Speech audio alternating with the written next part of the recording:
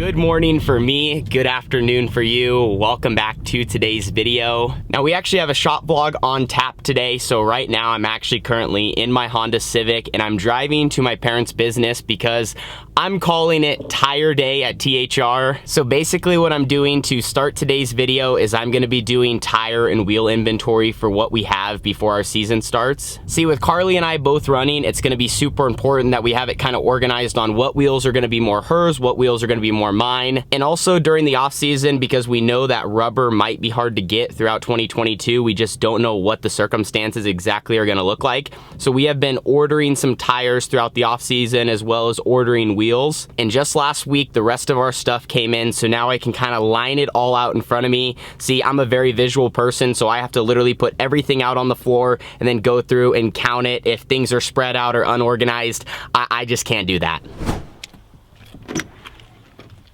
So when I called it tire day, I was not lying to you guys. Got everything all lined up here. We got a perfect spot to do it because we got tons of room. And then over here, we have a huge pile of used and new Hoosiers. And a fun fact, you might be looking at this and be like, dang, that is a ton of wheels. So basically from the time that my family got involved in sprint car racing in 2017 to now, we have never ever sold a wheel. We've just kind of continued to accumulate them each off season as we purchased a couple. The only time that we've had to throw away a wheel is when Carly or I junked it on the racetrack and we could no longer use it. Also, we have a couple of brand new wheels, which these are so shiny, I don't even want to touch. And then in the process of getting them all separated, I'll go through and see which tire we have on which wheel and then determine if it needs to be dismounted or mounted, as well as check all the wheel centers, which this is the wheel center, and you can see all these bolts. You need to go through and make sure that they are tightened and that there's no cracks, because that can lead to a vicious wreck if, for example, this were to break off in the middle of the race. And last but not least, go through and clean up each rim so it's nice and shiny and try to make it look as new as possible. But I got some work to do behind me. Let's get started. So now we are at the spot where I have to figure out where I want to start. You see me on my phone here. I was kind of walking around taking notes and just trying to do inventory on wheels, and then also which tires were mounted up on which wheels, and then trying to have a battle in my head of like, okay, should I dismount this one or this one, and which tire I should decide to mount up. So I finally came to the conclusion that I wanted to dismount these two left rears, which were H12 tires, which we probably won't need for the first 2 months of the season. And I had a couple of really small left rears I wanted to put on there, so if we need to get a lot of stagger at the racetrack. So I start by dismounting, and I kind of forgot how much harder sprint car tires are to dismount than our Outlaw Kart stuff we had over the winter. Then I also make sure as I dismount tires to put the tire I want to put on, at least setting on the rim. That kind of helps me comprehend and not get confused and tangled up in my own work.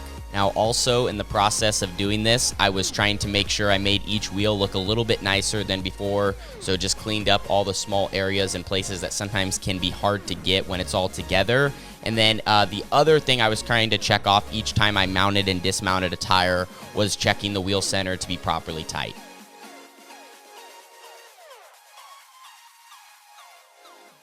Well, a quick update, everything probably looks the exact same, which we were able to make some progress with dismounting and mounting some tires. And I added a little bit of a mess here in the middle. And a couple of minutes ago, my dad showed up to join us. What are you working on right now? Pop-offs and valve stems. So he's drilling all the holes on all of our new wheels so we can add that stuff in so they will be race ready, whether we run them to start the season or they're up top in the trailer. Regardless, the work has to be done, so it's better to do it now. So like I said, it is ready for the season when it is needed. And then also I completed inventory on our left rears and all of our fronts. Probably the main thing here that takes up the most time is just me trying to think and determine which tire needs to go on which wheel and how much we need to have of each. I'm kind of an overthinker in life, so I just like constantly and going back and forth, and it's hard for me to make a decision. So we're gonna keep working just a little bit longer, but I'm sure we'll also have a couple more days in here as we just kind of wrap up our tire situation, so it is ready for 2022.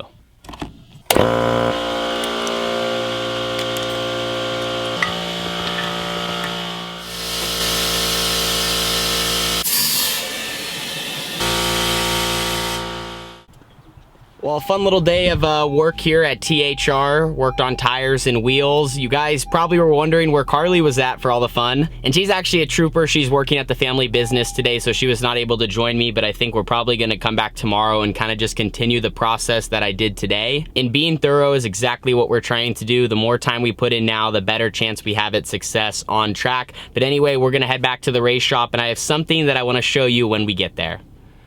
So I'm back at the race shop right now. You can see the cars behind me. Now, the exciting news that I wanted to share with you after my last video when I kind of talked about what this season was gonna look like and a little bit of our plans for 2022, one of the main comments I saw over and over again was asking about our shock package. Sprint cars obviously have shocks on all four corners, and if you guys remember, during our last race of 2021, it was at the Colorado Speedway down there in Central California, and it ended up getting fogged out. But that night in particular, my good buddy Caleb Montgomery, who also owns a 360 sprint car, he let me borrow a set of his shocks, and those were gas shocks which handle way different than my twin tubes, which is what I've been running ever since I got started in sprint car racing in 2017. So I ran that shock package, and that night we were, I think, third quick in our group. We won our heat race. The 18T had so much speed, and so obviously as a team we can't just ignore that. So we did some research. We talked around with a lot of people that we knew,